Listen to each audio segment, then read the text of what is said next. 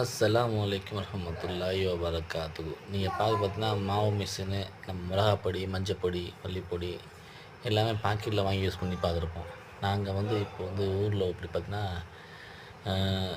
ஃபுல்லாகவே மிஷினில் அரைச்சி தான் யூஸ் பண்ணுறோம். குழம்பு பொடி, மீன் மசாலா பொடி, கறிப்பொடி, சாம்பார் பொடி இது எல்லாமே தனித்தனியாக மிளகாப்பொடி, மஞ்சள் பொடி தனித்தனியாக அரைச்சி நாங்கள் யூஸ் பண்ணியிருக்கோம்.